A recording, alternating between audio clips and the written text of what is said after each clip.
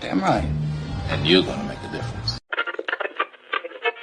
This one comes with a basic sort of digital package. Hey, you can make money off my name, make it, okay? You got the power to change lives, right? Hello and welcome to the Barry J. McDonald Podcast. If you're interested in creating your own digital product or just want to learn more, you're in the right place. Whether you're just starting out or have been working on your digital product for a while, we hope that our podcast will provide valuable insights and inspiration to help you on your journey. Take it away, Barry. Hi, this is Barry here, and you are very, very welcome to today's podcast episode. So what happens if your digital product doesn't sell?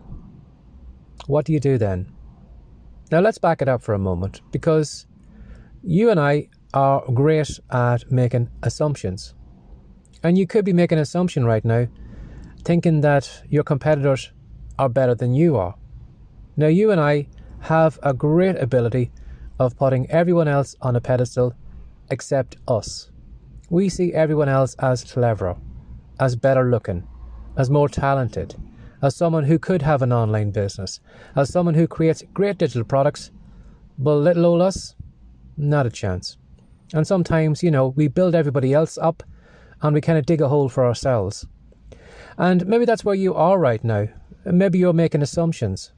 Or maybe you haven't even created the product yet. Maybe you've looked around at everyone else and you said, well, I couldn't compete with these people. I couldn't be as good as that. And no matter what product I create, it'll never sell as well as these people. But again, when you think about it, if this is your first digital product, do you really think you're going to get it right first go? You know, the more times you create products, the more experience you gather, it's going to get better. Your first product is going to probably be a little bit rough around the edges. But your second one's going to be better. Your third one's going to be better. And the more products you're actually creating for that audience of yours, you're going to find out what they're looking for. What's their questions? What's their problems? What are the competition not providing that you could be providing? And again, too, what I would say to you is, if you are looking at competition, if you are looking at people who seem like light years ahead of you, where all their products is maybe 40 videos, 10 PDFs, 100 audio tracks or whatever, sometimes that can be too much as well. So sometimes you coming along with the product you have could be ideal for your audience.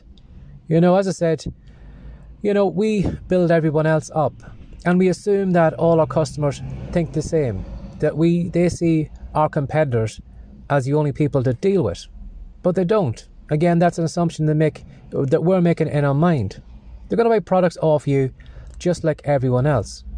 And sometimes you will find if someone is providing a product that is more advanced or an expert level, and you're a beginner, well, that product isn't going to be helpful to you.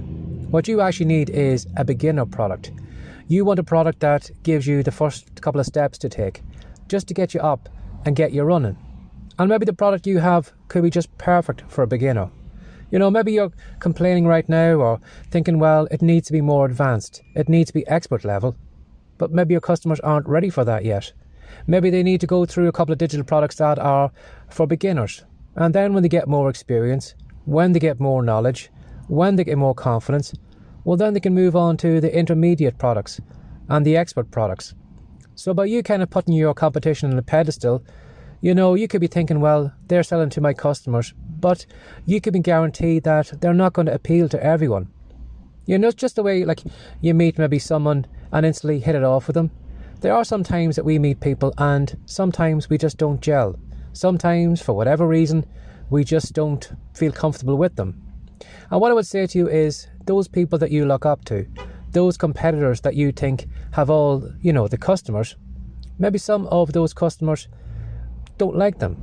Maybe they're not going to appeal with them. Maybe they don't like how they sound, or maybe they don't like their arrogance, or whatever it is. It could be something in their videos or the content that just rubs those customers up the wrong way, and they don't want to deal with them.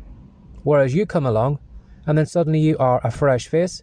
Suddenly maybe you are someone who is more likable, someone who seems like they're on the same level as the customer, and then you find your customer will, automatically gravitate towards you.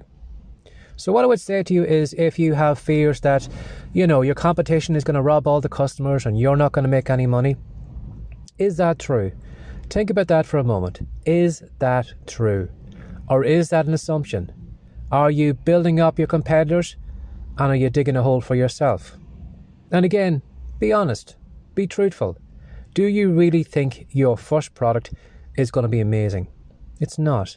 But the best thing about digital products and digital training is you can go back to them tomorrow. You can re-edit them. You can add another video. You can add another page to a PDF. You can maybe put some more experience or something that you've learned now, and you can go back and put in the digital product. So your digital product can also be, evolving. It can be growing. It can be changing. It can be getting better. It can be improving. And you will find if you keep doing that, you'll probably bring your products up to the same level as the competitors, or you might go ahead of it. And again, to forget about your competitors as well, because sometimes your competitors aren't going to appeal to everyone. Sometimes you could be the right person that somebody needs right now. Maybe they need a beginner course because everybody else is talking about all these techniques, all these tricks and all these things that are way above your customer's head. But you're coming along with a beginner course, a couple of steps to take, and that's what they need right now. So give that some thought today. Stop digging a hole for yourself. Stop making your competitors more impressive than you are, because maybe that's an assumption and you could be wrong. So get the product, get it out there, and see what your customers say. Have a great day. Bye-bye. Thanks for listening. If you're interested in learning more about how to create your own profitable digital course from scratch, we have a special report that we know you'll love. To pick up your copy of Piggyback Profits, How to Make Your First Profitable Course, go to writecome.com now. We'll see you in the next episode.